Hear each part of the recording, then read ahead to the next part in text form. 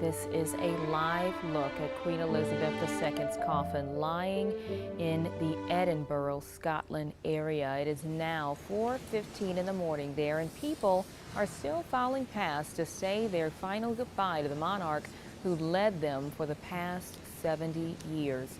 The Queen's coffin will stay there for about 24 hours before moving to its next stop in England.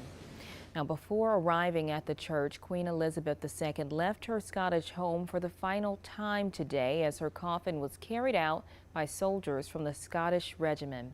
Now, it was the start of the public goodbye to the monarch leading up to the funeral in 1 week from today. Daniel Backus has the latest.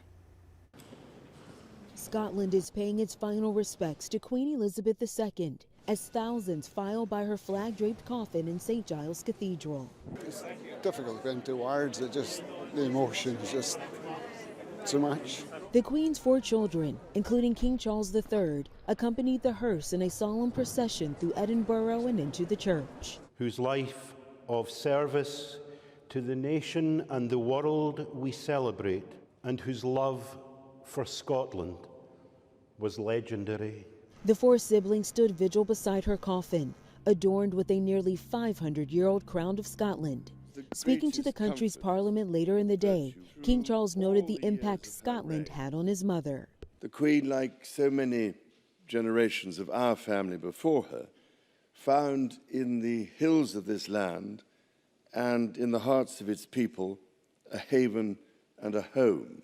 On Tuesday, a Royal Air Force plane takes the Queen's remains back here to England, where hundreds of thousands are expected to pay tribute. At the moment, it doesn't seem real. Maria Scott is already lined up near Buckingham Palace, waiting to say goodbye. When she comes back in the procession to Westminster Hall, that's when it's going to hit home with everybody. The Queen will lie in state at Westminster Hall for 4 days starting Wednesday.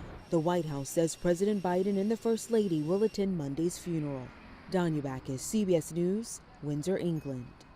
Well, Prince Harry released his first comments on the death of his grandmother, saying in a statement, in part, "You are already sorely missed, but not just by us, but by the world." Well, following Harry and Meghan's split with the royal family in 2020, many fans of the royal family are hopeful they will come together as they mourn the Queen's death.